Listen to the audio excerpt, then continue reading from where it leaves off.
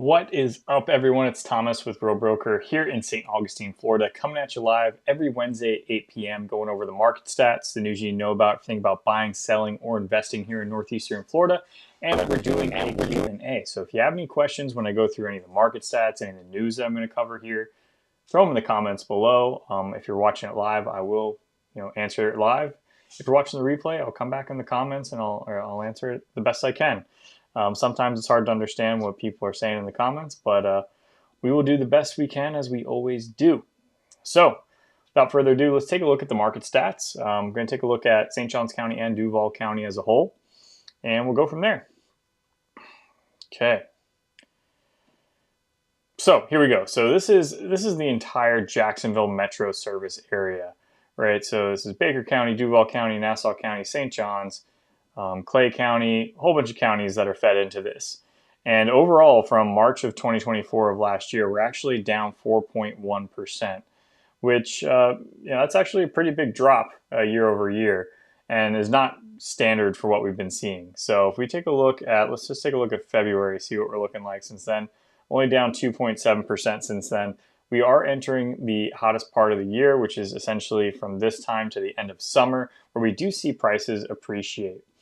But let's just go ahead and just for the purpose, let's just take a look at Duval County and we'll compare it to this time last year.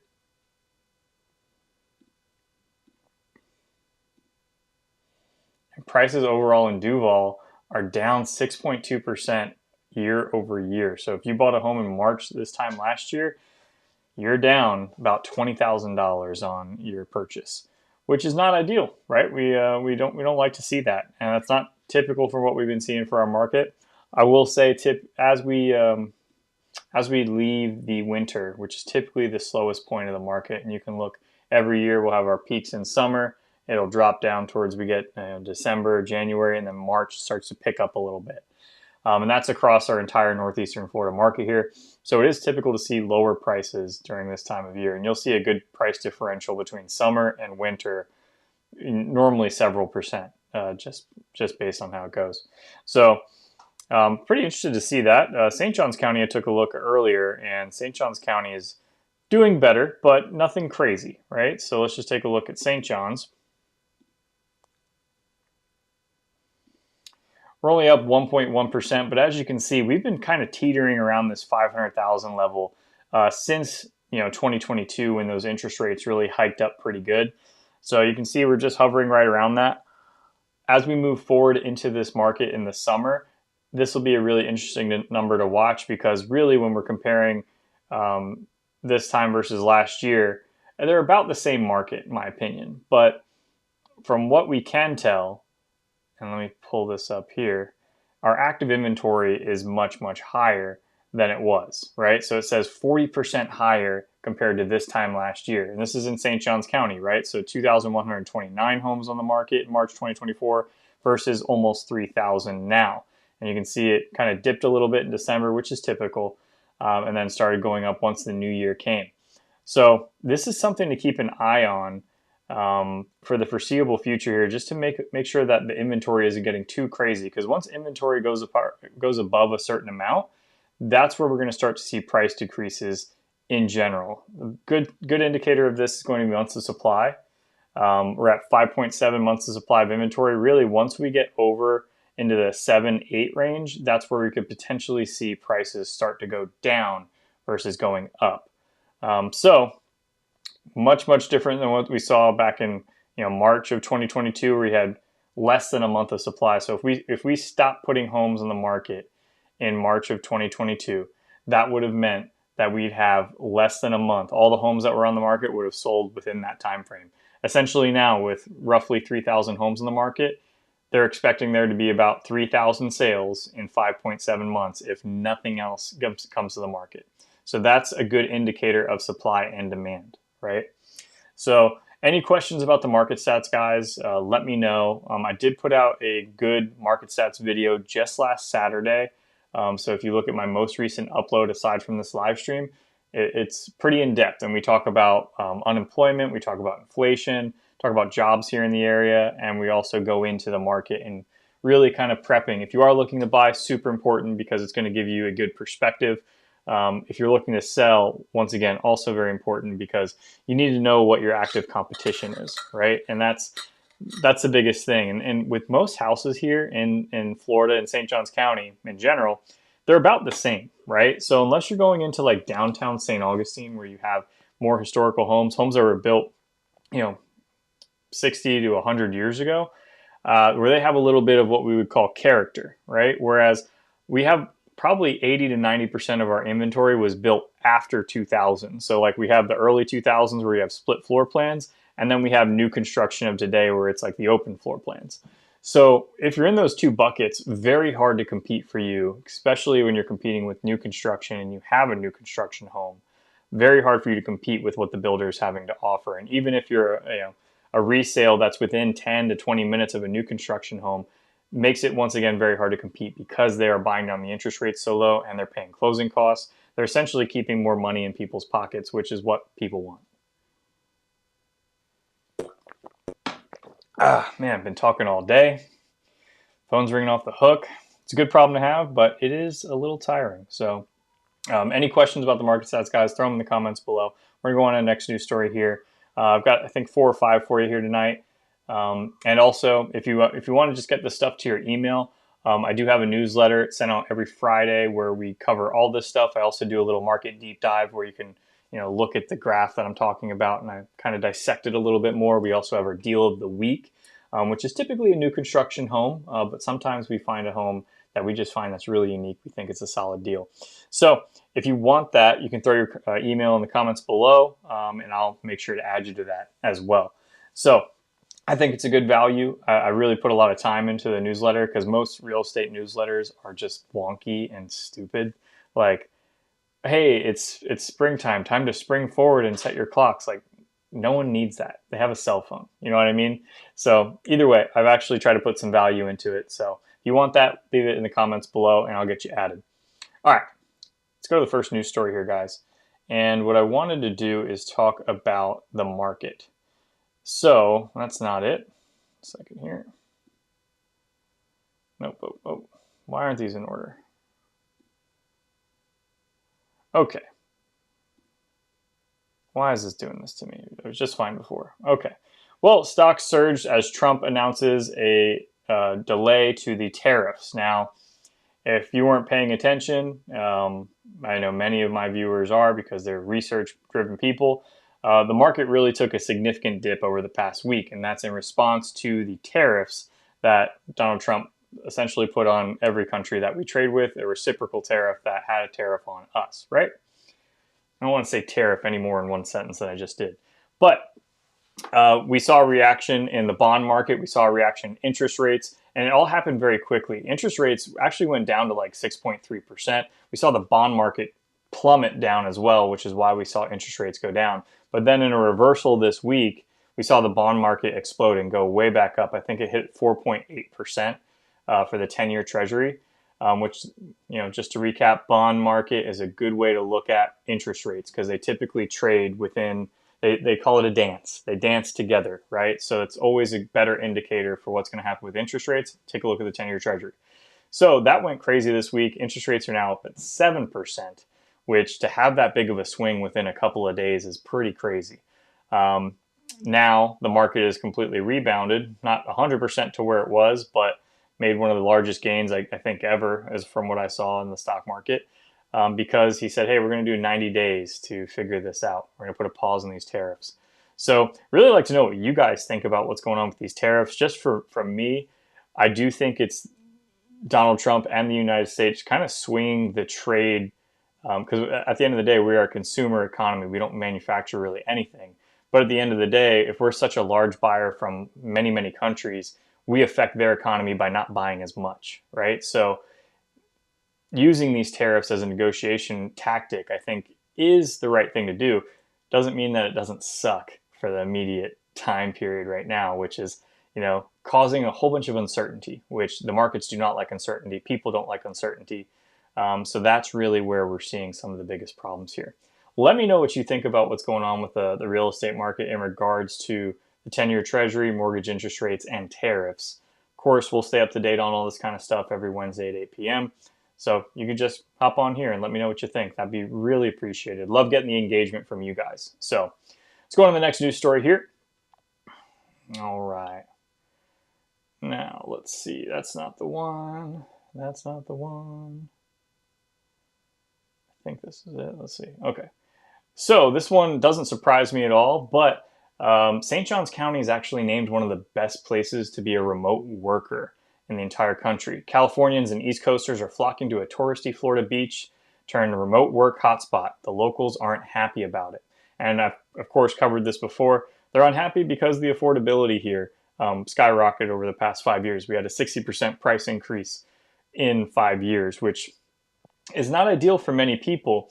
And essentially what they're outlining here is that people who lived in Boston, who lived in Atlanta, who had remote work, especially because of the COVID-19 pandemic, they decided, you know what, I'm going to relocate, and they moved to St. Augustine. St. Augustine went from, in 2018, having 8.6% of its workers being remote to 24% in 2023, which, you know, essentially the only people that beat us out were metro areas like Washington, Atlanta, Austin, Charlotte, and Dallas, as well as 2 counties in North Carolina's Research Triangle, had a larger share of their workforce working from home. Now, these counties, of course, were much more populous. We only have 335,000 residents here, and we've grown by more of a fifth than in this last decade. So those numbers don't surprise me at all. It help a ton of people that relocate to our area. A lot of them have remote jobs, and that's because in St. Johns County especially, the main industry here is the hospitality industry. And if you know much about it, it's typically not that well paying. So you're probably going to be making somewhere between $50,000 and $60,000 a year once you factor in tips and all that good stuff. But which at one point was a great wage for this area. You could 100% afford to buy a house prior to the pandemic. And even, you know, I had a buddy who was a bartender. He bought a duplex in 2020 in the height of the pandemic. I think he closed in July or August, if I remember. He bought a duplex for $250,000 here. That has paid off in spades for him, right? He's got another house now, and his duplex is paying the mortgage on his duplex and his other house. So he's doing quite well. But there are a whole bunch of other people that didn't do that, right, and didn't buy a house then. And they're really upset about it because anymore, you know, affordable in St. Johns County is $300,000, right? Where it's like you could have bought a house for $150,000. We bought a townhome in 2019 for $162,000, 2-bedroom, 1.5 bath townhome with a garage. So that townhome is now worth $260,000. So it's changed very quickly, right? And the locals are not happy about that. What do we do, right? And that's something that I've talked about in length. You say, hey, we're going to build 3,000 homes over here, but the 3,000 homes that are being built are geared towards a demographic that doesn't live here, right? They're more than likely retiring. So we're going to talk about one of these news stories here, like Water Lily, and let's just talk about that real quick. So let's see here. So St. John's Planning Board votes against project with 3,000 homes. So this is County Road 13 North. If you're familiar with County Road 214, that's right here. But you can see all surrounding, you have timberlands, residential lots here on the water, and then a family farm. And essentially, this is all agriculture out here. The reason it got denied was because it's such a huge development, such a huge change for that area. It's going essentially from farmland to 3,000 residences within St. Johns County, which is going to be about 10,000 people added to that area when all said and done. So the Planning and Zoning Board for St. Johns County shot down this community. It still needs to go in front of the county commissioners, right? So at the end of the day, they're going to be the people that sign off or, you know, say, hey, we're good to go, or hey, we're canceling this whole thing. I imagine, and I'm not sure how these 100% work with these developments, this has been talked about for over a year now, from what I remember covering this every single Wednesday. Initially was approved, then it wasn't approved. And what you'll see, okay, hey, go back and make some adjustments, right? So the developer of that property will go back and make some adjustments. Then he'll put it in front of the board again, and we'll see what happens, right? But at the end of the day, this still needs to get approved by county commissioners. Now, here's where the problem lies. And maybe it's a problem, and maybe it's not. Allegedly, a lot of these county commissioners are on the take. Of course, this is what all the locals are saying when they see their, a place that they've been familiar with for 20, 30, 40, 50 years completely change into a residential community with new construction that they can't afford. You have a little bit of a right to be bitter, right? But a lot of them say that these county commissioners are on the take and they're getting it from developers. I have no facts on that. It's all allegedly. I've asked people like, hey, do you have any proof? Because I'm 100%, I think it could happen, it's possible, right? But if you don't have proof, then what are we talking about? So that as of right now is denied. But this is the double-edged sword, guys, right? So if we're not building any homes, we're because the locals are like, hey, infrastructure, you're taking away the farmland, you're changing how St. Augustine is. Locals are saying, we don't want this. We don't want development. But in the same time, if we don't develop and people are moving here in droves, we're expected to grow our population to 660,000 people by 2050. We're at 330 right now. That's only going to cost, it's just going to cost the people who are complaining about affordability even more, right? So people moving into town, if we have that many people moving and we're not building any houses, well, the prices of the houses that are existing are going to go up. Double-edged sword, 100%. I'm for development. It's got to be in the right way. Hard to say what the right way is, though, right? Because everyone's you'll have 20 people that are happy and you'll have 10 people that are unhappy and they're really loud. Not everyone's going to be happy, and I think that's something that we just have to get used to. So let's see. We got some comments. We got CB in the house, back in the house. Been working on the secret project in Jacksonville. Been working on the urban circulator autonomous vehicle project. Yeah, so that's awesome. I covered that a couple months ago, so I didn't realize you were a part of that, CB. That's pretty cool. Throw us some more insights on there. What's it going to be like? Where's it going? Let us know, or just shoot me an email with all the information. I can cover it before the rest of these news outlets. That'd be great. CB, appreciate you having back.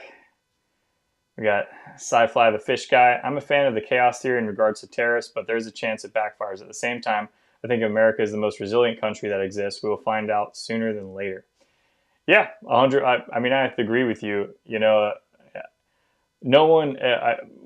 I'm so tired of talking about tariffs and hearing people talk about tariffs and what they should do and all this. All of a sudden, overnight, everyone became a economics professor and knows what a tariff is, where 2 years ago, not one person could tell you what a tariff was. So I do think there is some, like a chaos theory in terms of tariffs, right? But at the end of the day, like, hey, he throws a tariff on, he takes it off, like, it just causes uncertainty in the market, right? But it's like, hey, I'm going to put this 40% tariff on Australia. I don't know what he did. Maybe it's 40, maybe it's higher.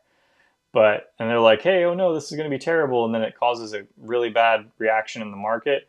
Well, then just as easy as he put it back on, he could take it off, So I do think it's something that we got to play with because, people talk about fair trade, but to me, it didn't seem very fair. Now we're adding all these reciprocal tariffs, right? So tariffs were already placed on us. So we just added tariffs that were reciprocal. And maybe I'm wrong. Correct me if I'm wrong, guys, right?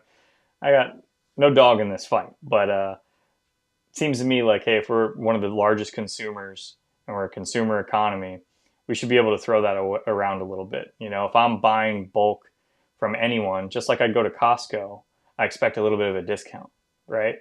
So if I go to Publix and I'm buying eggs, I don't expect the same discount that you would get at Costco. Is that metaphor metaphor, is that on the right path? I think so, but maybe I'm wrong. Maybe I don't know what I'm talking about. So I'm not an economist by trade. I'm a real estate agent here in St. Augustine. I don't worry about the world like that, but just the truth, guys, right?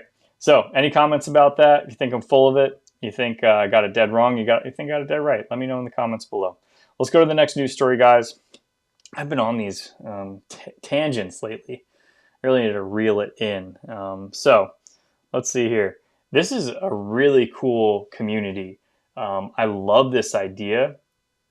Big fan of Toll Brothers, but RiversEdge, Toll Brothers townhomes at RiversEdge, now for sale on Jacksonville's Southbank. So I pulled this up. Oh, this is another news story. There we go. I just had this up. So just so you can see where, excuse me, where this is at, it's right here. And this is Toll Brothers of RiversEdge. They're going to be building luxury townhomes that have rooftop terraces. There's also going to be some boat slips right here. Everbank Stadium's right here. Downtown Jacksonville right here. San Marco over here. Riverside just over here. 5 Points over here. Great neighborhoods, very attractive. And downtown is really starting to see some development and some money go into both the North and the South Bank.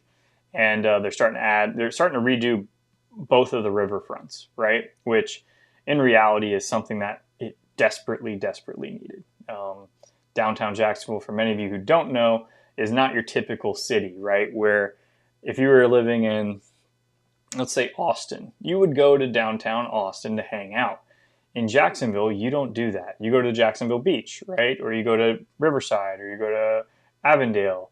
You go to one of those other neighborhoods outside of downtown. Downtown has pretty much been a ghost town for a long time.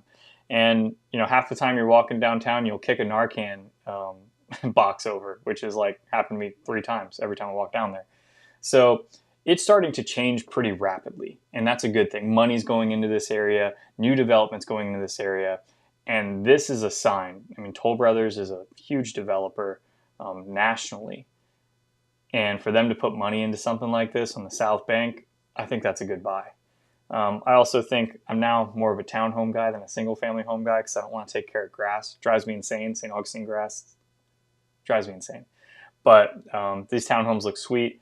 Big fan of it going on down there, but it's going to be a nice little place. So if you're interested in townhomes and you want to live in a developing metropolitan area, Jag Stadium is going to be new. They're going to put they're going to have the Jacksonville Armada, which is going to be a semi-pro soccer league team. They're going to open that, I think, this year as well. Got a lot of cool stuff going on in downtown Jacksonville. So let me know, guys. Any questions about that? Throw them in the comments below. On to the next news story. Okay, we did that. We did that. We did this. Okay, boom, boom. All right, so this is actually a really interesting, oh my gosh, these things. I was literally just looking at this on my phone, and now it won't let me see it. That's so frustrating. Okay, well, either way, I can talk about it.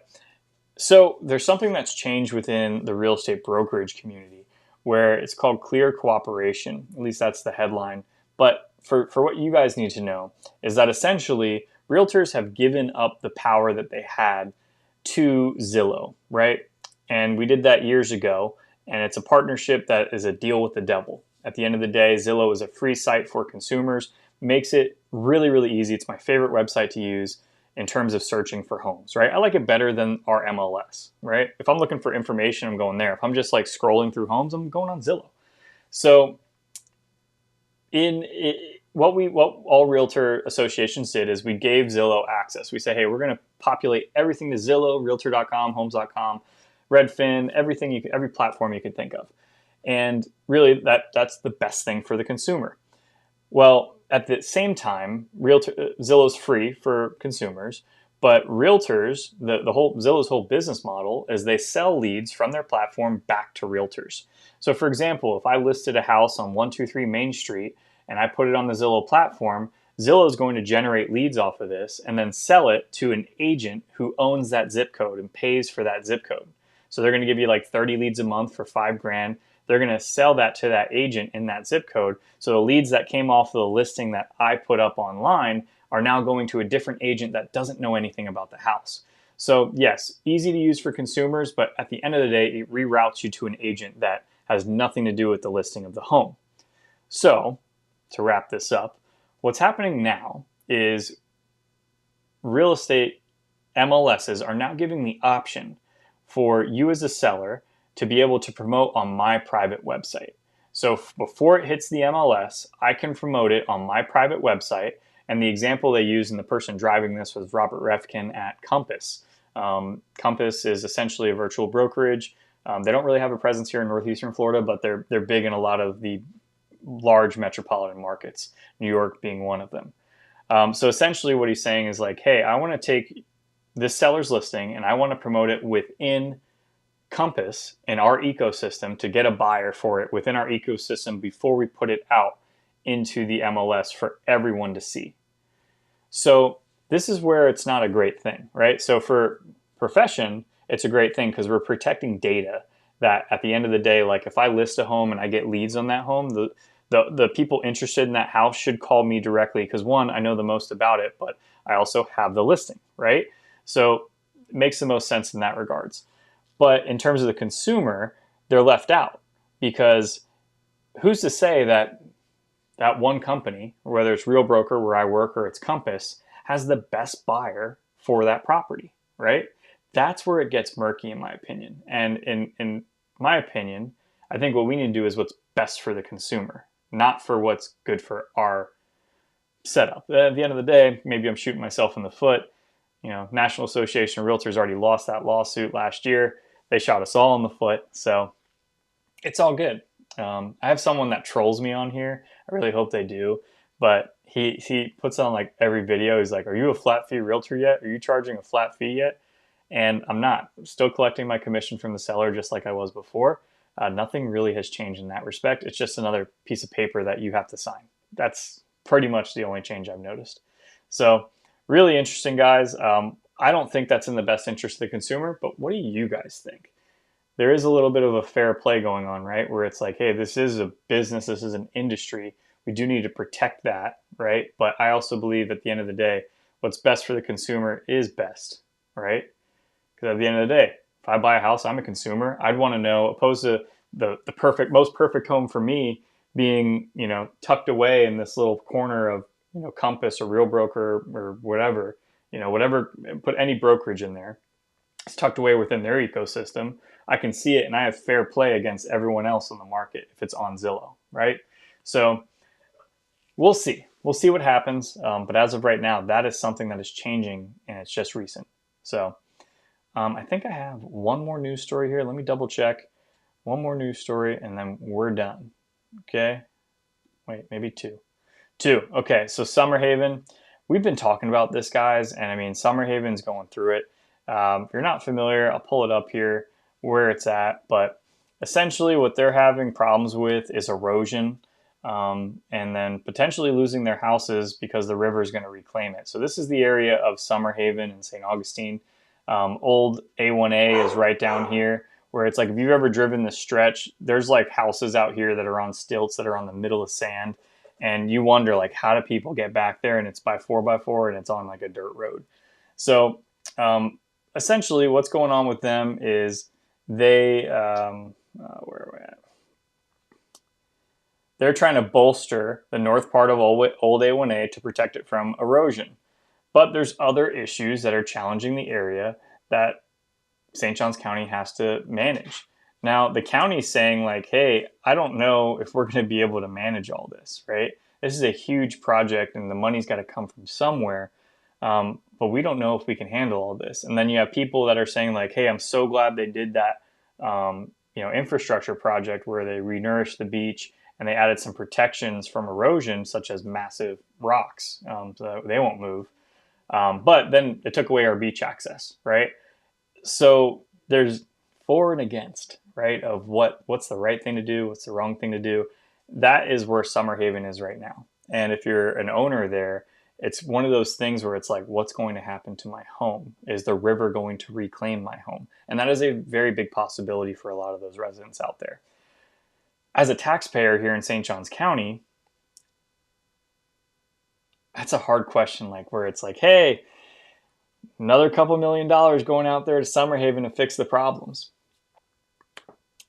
You know, it's not, does that happen to me over here in West Augustine where I don't have any problems? I'm paying the same taxes, you know? Is that the right thing to do? I don't know. I don't necessarily like spending money on things that don't directly affect me, but that's what taxes are, right? So who am I to say? So either way, guys, let me know what you think about that. Do you think counties should get Summerhaven off the hook, build as much protection as possible? Or do you think like, hey, you bought this home here, you bought a home between the intercoastal and the ocean, there is a degree of risk with that, you know, and knowing that your home's probably going to flood or that, you know, hey, a large storm surge could change the whole floodplain there, right? And that's what's happened.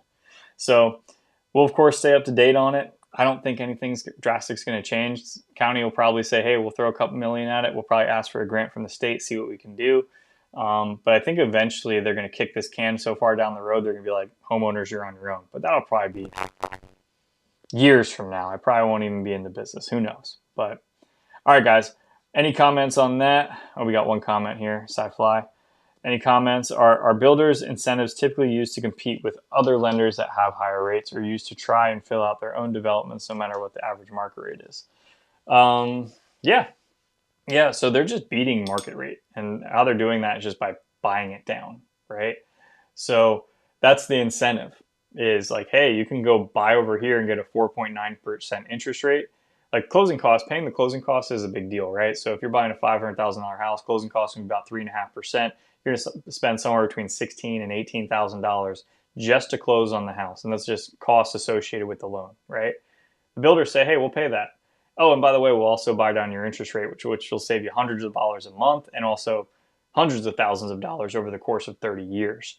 So they have the profit margin to do it, and it makes it an easy win for them and an easy win for buyers. So I'm not sure if you saw this, Evan, but I did put out a market update video, the most recent one I did. I looked in St. Johns County, and out of all the new construction in our area, I think we had 25% of our active inventory was new construction. Over the last 6 months, 38% of the closings were new construction. So almost market has been going to new construction, and it's exactly because of those reasons. Interest rate buy down, closing cost assistance, and you get a brand new home with warranties. Also, Florida building code, it's completely up to date, right? So it's up to the highest standards of what Florida building code wants. And that all changed in 2002 after major hurricanes caused it to change. So insurance on those properties are typically pretty inexpensive. If you're in flood zone X, you have a new construction home, your insurance, if you're looking at like a 1,500 or 2,500 square foot home, it's probably going to be somewhere between $100 and $150 a month. That's it. So Devin, appreciate your insight here, brother. Hope all is well. Coming down in the next couple weeks, so I'll see you. Great. So let me see here. I got one more news story here, guys, and this is an interesting one. It's about Palm Coast. So we've kind of jumped around a little bit here. I normally have these in order. But county buys into $110 million speculative sports complex. Palm Coast voters rejected in November. Excuse me. So James Boudry, owner of Synergy Sports Global, is selling Flagler County on the concept of a $110 million sports complex financed through a largely untested public-private partnership. Same proposal was at the root of Palm Coast voters' rejections of a referendum last November. So essentially, this would be a public-private partnership, and it's gotten more expensive. It was originally a $93 million partnership, and now it's a $110 million partnership. And the county would have to pay $6 million to this partnership every single year in order to keep it operating. At the same time, they're expecting that this is going to bring in millions of dollars in revenue from the complex and hundreds of thousands of visitors each year. Now, the county, the commissioners, the people in the audience actually really liked what they had to say, because at the end of the day, Palm Coast does have its own little tourist industry going on. It's way smaller than St. Augustine, but it's growing, right? And it's offering a different thing than what St. Augustine has to offer. They're also saying like, hey, we add this, and this adds tourism to our community, adds families coming down here for sports games, for for athletics, for whatever sport you're in. They're probably going to have something here at this $110 million complex, but that's also going to add to our economy, right? And it's also going to, people are going to have jobs. It's also going to bring people to Palm Coast, be like, hey, it's not a bad place to live. Maybe I'll buy a house here. There's a lot of unknowns of what that's going to be, but essentially how this article is written is saying that everyone was like really enamored by it. They loved what this person had to say, but all of them had rose-colored glasses on, because this is not proven, right? This is not 100% going to happen the way the developer says it's going to happen, especially when he's asking for $6 million a year from the county. So really interesting, guys, to see something like this happen. But we'll stay on top of it. We'll see what changes. Yeah, we'll be here every Wednesday at 8 p.m. So Guys, we're 35 minutes into this. We got 10 people on here. I appreciate all of you for being on here. Every Wednesday at 8 p.m., we go over the market stats, the news you need to know about, think about buying, selling, or investing in Northeastern Florida, and we do a Q&A. So if you're watching it live, watching the replay, I try to answer them live if I can. I'll come back in the comments and answer them if you're watching the replay, or just reach out to me directly. I have a Calendly link in every video that I post here on YouTube. So if you want to schedule an appointment, no pressure, no sales pressure, no hassle, schedule through the Calendly link and we can get set up on something, okay? Until next time, guys, have a good one. Have a good video coming out on Saturday too, so stay tuned. Hit the subscribe button, hit the notification button if you want to get notified. They're all there. All right, guys, I'll talk to you later.